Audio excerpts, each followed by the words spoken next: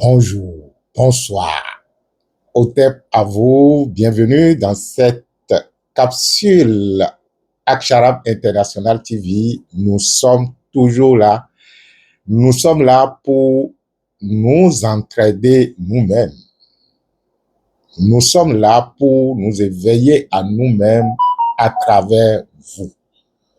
Nous sommes là pour que ce que nous sommes, lorsque il ou elle s'éveille à lui ou à elle-même, puisse profiter à la multitude qu'il est. Et lorsque la mythologie biblique disait que Dieu créa l'homme à son image et à sa ressemblance, et leur aurait dit, ou lui aurait dit, multipliez-vous. Les gens n'ont pas compris que ce qu'on appelle le divin, qui naturellement est ce que nous appelons le pouvoir de la vie,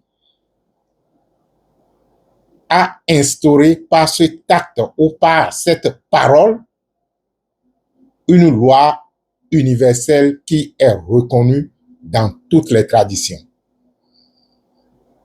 On a pensé très tôt qu'il fallait tout simplement que l'homme et la femme s'unissent et qu'ils procréent, et que ça, c'est obéir à l'injonction divine. Et c'est justement ça qui fait de la méconnaissance des lois spirituelles. Parce que lorsque une loi est énoncée,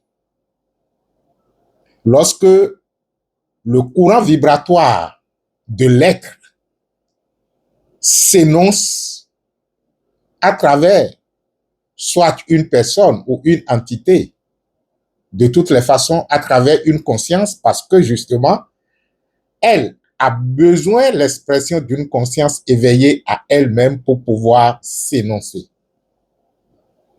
Et lorsqu'il en est ainsi, cela suppose que c'est un courant universel qui se répartit, ou du moins qui se réplique, je vais dire, c'est le mot exact, qui se réplique non seulement dans tous les univers, mais dans chaque atome de vie. Et c'était l'instauration de la loi du karma. La loi dite du karma, qui est reconnue dans tous les peuples et dans toutes les traditions comme étant l'expression de la création de la vie. Et puisque nous, êtres humains, nous faisons partie de cet univers cosmique, nous faisons partie de la vie avant d'être, ou du moins, nous allons commencer par les paliers les plus bas pour remonter la pente. Sinon, je ne dirais pas que nous faisons partie de la vie, je dirais que nous sommes la vie. Cette loi qui est énoncée fait partie intégrante de notre être et de notre nature, comme elle fait partie intégrante de l'être et de la nature de toute chose. J'ai commencé cette capsule comme ça parce que le titre ou le thème sur lequel je voudrais échanger avec vous, c'est justement cette loi qu'on appelle la loi du karma. La loi du karma, vue d'une autre perspective, je dis alors la loi du karma comme étant source de bénédiction. La loi du karma, une source de bénédiction. Les néophytes en spiritualité vont commencer par se gratter la tête pour dire, mais pourquoi vient-il nous dire maintenant que la loi du karma est source de bénédiction, alors que nous sommes en train de nous écrouler sous le poids de notre karmique? Et je vous dirai, c'est tout à fait naturel. C'est tout à fait naturel que la perspective que vous avez cultivée de la loi du karma vous fait Parce que, naturellement, ce que tu fais, te fait. Et quand, pour la première fois, le maître Gosson énonçait ce que tu fais, te fait, et en même temps, il disait ce que tu ne fais pas, te fait, on n'avait pas vite compris. Il a fallu peut-être des années après pour qu'on comprenne qu'en fait, ce que tu ne fais pas, te fait également. Je vais vous expliquer ça de la façon la plus simple et que vous allez comprendre. Parce que, en fait, ce qui nous fait de la joie, c'est que nous avons pris du temps. Nous avons pris du temps pour travailler sur les enseignements qui nous ont été administrés. Nous avons pris du temps pour travailler sur les lois que nous avons découvertes progressivement sur le chemin spirituel et nous avons pris du temps pour méditer jusqu'à ce que l'expression de chaque principe, l'expression de chaque loi s'éclore en nous et nous comprenons davantage. Je me rappelle, face à la précision que je voulais de chaque loi ou de l'enseignement spirituel, je me rappelle un jour que je me suis retrouvé avec celui que je pourrais appeler le maître de mon maître, le maître Ouaga. C'était la première fois où je le rencontrais dans les plans intérieurs et j'étais sidéré par le fait que le maître Gosson le décrivait comme quelqu'un de simple qui est toujours dans pratiquement la même chemise, mais qui est toujours repassé, qui ne se salit pas et tout le reste. Après, j'ai compris tout ça. Je ne veux pas éclairer ce chemin-là. Mais l'expérience était que la question que je me posais, je disais, mais j'aime la science avec la précision.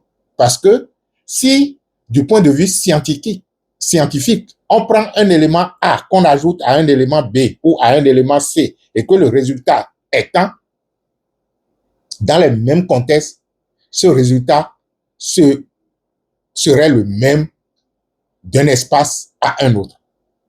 Mais lorsque vous voyez les religions dans leur dérapage, vous comprenez alors que la religion de celui qui est musulman, ou du moins le Dieu de celui qui est musulman, n'est pas le Dieu de celui qui est chrétien, ni le Dieu de celui qui se dit être bouddhiste et tout le reste. Ça, on ne va pas faire.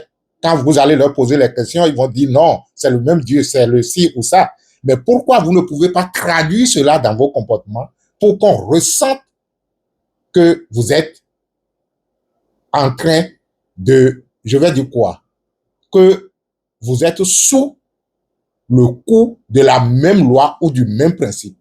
Je ne veux pas rentrer dans ce détail. Revenons à notre sujet. Le maître Ouaga m'amenait donc sur un plan où il me montrait jusqu'à quel point la science spirituelle est précise.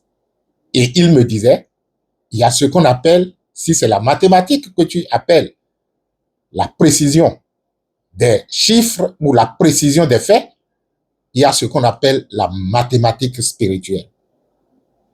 Il avait commencé donc par m'enseigner ce qu'on appelait les bases de la mathématique spirituelle, mais on n'a pas pu faire du temps dans le temps parce que la fréquence que générait l'enseignement qu'il me donnait était tellement forte que mon corps intérieur avait du mal à supporter cela pendant un moment donné, au risque même de se griller, j'imagine.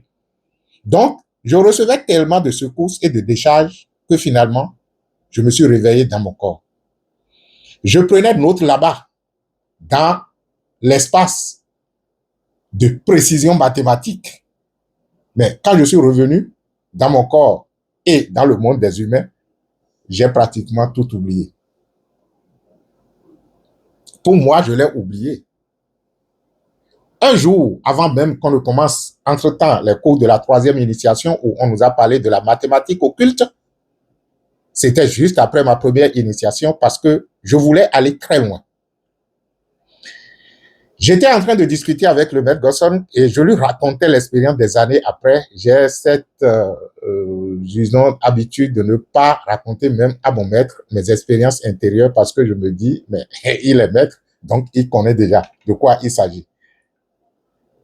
Donc, je lui disais que je n'avais pas pu garder note et tout le reste et que c'est ça qui m'embête et tout. Et il dit, mais c'est toi qui penses que tu n'as pas gardé note. Aujourd'hui, la rigueur avec laquelle tu tiens les principes et que tu les expliques, cela dénote de cette initiation qu'on t'a accordée. Le maître, en fait, installait en toi une logique principielle des choses. Ça ne s'est pas arrêté là, ça a continué dans d'autres sphères. Alors, je vous raconte cette expérience pour dire qu'en fait, dans cet univers où nous sommes, où vous estimez que vous n'êtes que peut-être du monde matériel, si nous adoptons la division crime, je pourrais dire que vous êtes triple de nature. Corps, âme, esprit. Il arrive, pour la précision des choses, que l'on adopte une division septenaire. Mais pour le moment, nous allons garder tout simplement la division crime. Corps, âme, esprit. Et tout événement que vous voyez dans le monde physique, si vous voulez faire chemin spirituel, bien sûr, commencez par percevoir cela comme étant triple de nature ou 7 de nature. Ou peut-être même 9. Mais je dis, pour les besoins de la cause, nous allons garder tout simplement la division triple. Donc, tout événement a un corps. Tout événement a une âme. Et tout événement a un esprit. Ce que nous appelons l'esprit de l'événement, c'est en fait ce qui est le principe de l'événement. On dit que le principe, c'est la chose sans laquelle la chose qui est ne peut pas être. Donc, quand je prends ce stylo, je dirais que le principe de ce stylo est ce qui, sans laquelle ou sans lequel le stylo ne peut pas être. La loi, c'est lorsque ce qui, sans elle ou sans lui, que la chose ne peut pas être, se met en impulsion dynamique. Donc la loi, on pourra dire que c'est le mouvement de l'esprit. Et lorsque le mouvement de l'esprit, l'esprit se met en mouvement, il génère des faits que nous appelons la manifestation. J'espère que juste là, c'est suffisamment clair. C'est la base même de la compréhension de la spiritualité archaïque, de la spiritualité ancestrale. Et si, lorsque un événement se déroule dans votre existence, vous n'êtes pas en mesure de lui appliquer la trilogie qu'il est, événement physique, événement sur le plan du astral, donc âme, et sur le plan de l'esprit pur, vous ne pouvez jamais régler véritablement un problème.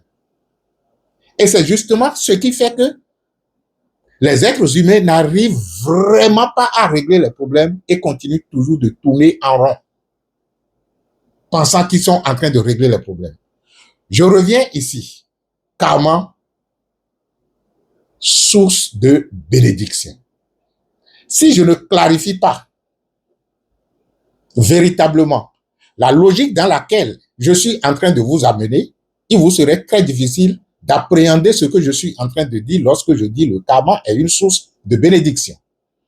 Donc, ce qu'on appelle le karma ou la loi du karma, c'est justement lorsque le principe, dans son impulsion première, dans sa dynamique, crée un mouvement et qui naturellement doit donner un résultat. Le karma, c'est le mouvement du principe et le résultat de ce mouvement du principe. On dit le karma, c'est l'action dans et à travers la matière et le résultat que cette action a donné à la suite donc de l'impulsion dynamique de l'esprit. Et lorsque l'impulsion dynamique de l'esprit donne un résultat, ce résultat est le début d'un autre résultat. Vous voyez? Donc, on dit alors que le karma est non seulement l'action, mais c'est également les conséquences de l'action. Le karma est non seulement l'action, mais les conséquences de l'action. Si vous comprenez correctement ce que je suis en train de dire, vous allez alors saisir que lorsque un événement se déroule dans votre vie, cela n'est pas le fruit du hasard, que c'est une dynamique qui a commencé et qui est venue à un achèvement pour donner un résultat. Mais ce résultat que vous avez peut être également la suite d'une autre action, ou du moins c'est le début d'une autre action qui est la suite de l'autre, qui engendrera encore d'autres résultats encore et encore, de tel que on parle de chaîne karmique. Entre-temps, je vous avais dit que je vais vous dire, lorsque on dit ce que tu ne fais pas te fait, ça veut dire tout simplement que lorsque vous êtes en face d'un événement et que vous ne faites rien, le fait de ne rien faire vous fait. Et ça peut vous faire dans le bien, comme ça peut vous faire dans le mal. Le fait de ne pas faire. Exemple, vous avez votre enfant qui est devant vous et qui, naturellement, est en train de trébucher. Vous restez tranquille, vous ne faites rien, l'enfant tombe. Ce que tu n'as pas fait, t'as fait. Vous vous levez, vous voulez prendre l'enfant et vous tous deux là, vous tombez. Ce que tu as fait, t'as fait. On va dire oui, je voulais sauver l'enfant. Bon, là, je ne veux pas rentrer dans les détails parce que ça dépend également de l'énergie avec laquelle vous vous êtes levé. Êtes-vous levé avec la sérénité ou avec une paix ou avec une peur bleue dans le ventre? Tout ça, ça détermine les résultats de l'action. Revenons à notre capsule. Karma, source de bénédiction. Alors, je disais que le karma, c'est lorsque l'esprit agit dans et à travers la matière et qui produit des résultats. Et que ces résultats sont également le début d'une autre chaîne d'actions qui vont naturellement donner d'autres résultats. Alors, pour aller à la profondeur du message, je voudrais d'abord que vous compreniez qu'il y a une différence entre le karma et les péchés. Le karma est une loi naturelle, telle que je l'ai expliqué, instaurée par ce que vous pourriez appeler Dieu. Moi, je dis, c'est une loi de la vie, c'est une loi de la nature. Mais si vous êtes religieux, vous allez dire, Dieu a instauré la loi du karma. Mais ce que vous appelez le péché, au sens littéral du terme, qui, au début de la chrétienté, signifiait même le fait de vivre maladroitement, que vous avez transformé en tout ce que vous voulez, parce que au début de la chrétienté, lorsque les gens parlaient du péché, ça voudrait dire que vous avez manqué le but dans votre action, c'est-à-dire le but principal qui est l'éveil, le but principal qui est l'unité avec la vie. Donc, toute personne qui vivait dans son, dans son espace intérieur, en dehors de l'unité avec la vie ou avec Dieu, on disait qu'il est en train de pécher. C'est ce que disait l'autre quand il disait comment un fruit peut mûrir en dehors de son arbre. Donc, tout fruit qui pense qu'il peut mûrir en dehors de l'arbre est dans le péché. Vous comprenez maintenant? Mais par la suite, les dogmes religieux vous ont dit que lorsque vous faites ci ou lorsque vous faites ça, que vous avez péché. Le péché est une invention de la religion pour vous abrutir. Parce que à travers le péché, vous vous sentez coupable de. Le karma dit, sois responsable de ce que tu as créé et gère-le en utilisant bien sûr la force que tu as utilisée pour créer. Le péché dit, oui, j'ai péché contre Dieu Par conséquent, Dieu va me punir. Et pour qu'il ne me punisse pas, il faut que je fasse la repentance. Il faut que j'aille faire la confession. Il faut que, ainsi de suite, ainsi de suite. Le contrôle est installé et tout le reste s'ensuit. La loi du karma n'a rien à voir avec le péché. Le péché est une invention religieuse, le péché est une invention dogmatique, alors que la loi du karma est une expression naturelle de la vie. C'est la loi que la vie elle-même utilise pour créer. Lorsque la vie, de par son principe, se met en mouvement dans et à travers la matière, elle crée. Et lorsqu'elle crée, elle a utilisé une loi qu'on appelle la loi de la création, qui est la loi du karma. Pourquoi nous disons alors que la loi du karma est une bénédiction? Il faut d'abord comprendre que lorsque nous parlons de la loi du karma comme une bénédiction,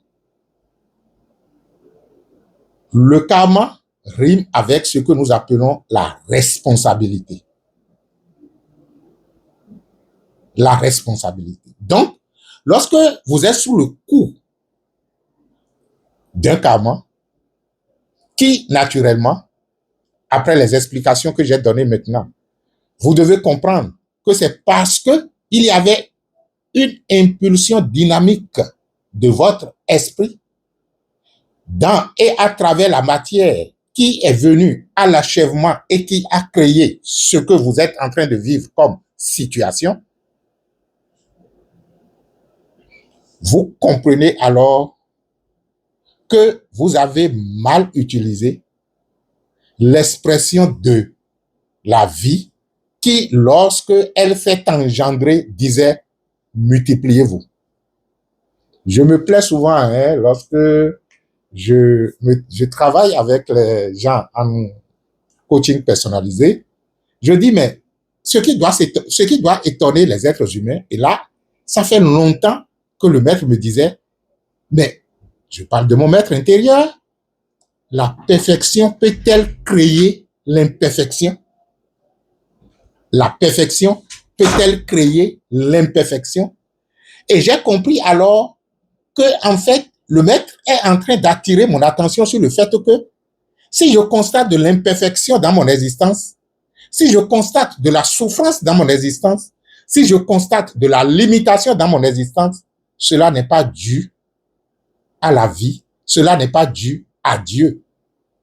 Mais que ce serait certainement de mon choix en utilisant la loi de multipliez-vous et que je me suis multiplié faussement. Et puisque chaque créateur doit jouir de ses créations, il s'est fait que les fausses créations que j'ai créées dans mon existence se retrouvent en interaction avec moi et je dis, ça c'est mon karma, c'est ma souffrance, c'est ci ou c'est ça. Donc, la loi multipliez-vous veut dire tout simplement dupliquez-vous. Et lorsque on se réfère à la cosmogonie égyptienne, rappelez-vous de la fraction de l'œil d'Horus. L'œil d'Horus qui s'est multiplié à partir de l'unité pour devenir le 2, le 4, le 8, le 16, le 32, ainsi de suite.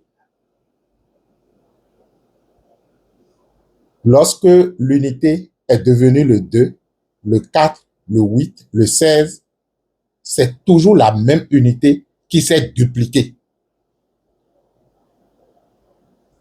C'est ce que ça veut dire, multipliez-vous. Ce qui veut dire que lorsque je suis la vie et que la vie décide de se multiplier, la perfection que la vie est devrait se multiplier et ne engendrer que des perfections séquentielles. C'est quand même une logique claire. Mais comment se fait-il que je constate de l'imperfection dans mon existence que je pourrais appeler karma? Non, justement. Lorsque j'en arrive là et que je comprends que l'imperfection n'est pas du fait de la perfection que je suis à l'origine et que l'imperfection est du fait que j'ai oublié ce que je suis et j'ai créé à partir de ce que je ne suis pas, Je comprends alors que lorsque je viens à me confronter à de l'imperfection qui est mon karma, cela devient pour moi une source de bénédiction parce que ça me permet de faire le retour maintenant au foyer originel. J'étais un fruit en train de mûrir en dehors de l'arbre. Mais dans le processus, j'ai constaté que je commence donc dans ce acte de mûrir. On a commencé donc, je constate pas constater des dysfonctionnements. Alors, je fais le retour à l'arbre et je deviens un avec l'arbre. Et à partir de l'arbre que je suis, je produis maintenant de nouveaux fruits. Le karma est une source de bénédiction parce que ça vous permet de comprendre que vous êtes en train de dérailler. Je voudrais donc dire tout simplement le karma en tant que loi de création mal manipulée. Voilà. Lorsque la loi originelle du karma, qui consiste à se multiplier, qui est la loi de la création, lorsque elle est faussement utilisée, vous arrivez à un niveau où vous ressentez de la souffrance dans votre existence. Vous ressentez du poids. Et lorsque vous ressentez ce poids, c'est une invitation au retour. Le retour au foyer originel. Je constate alors que j'étais sur une mauvaise pente. Puisque c'est comme si je quitte, par exemple, Cotonou, et je dis, bon, par voie terrestre, je suis en train d'aller au Burkina, et je prends le contraire. Et je me retrouve en face de l'océan. Je dis, mais je voulais quand même passer par la terre ferme. Burkina est un pays de l'interland. Alors, la loi du karma me dit, retourne-toi, ce n'est pas le chemin. Vous voyez? Donc, je fais le retour sur le bon chemin. N'est-ce pas une source de bénédiction? Oui. Seuls les esprits qui peuvent comprendre, comprennent. Mais pour y arriver, le retour au foyer, c'est justement le retour au principe originel. Et de retracer maintenant une autre voie pour la dynamique qui est la loi et qui naturellement va donner d'autres faits. Le karma n'est jamais une fatalité. Et lorsque vous en arrivez à vous confronter, par exemple, à comme si c'était un mur qui s'est dressé devant vous, cela voudra donc dire tout simplement que dans vos incarnations passées, c'est justement là où vous vous êtes arrêté.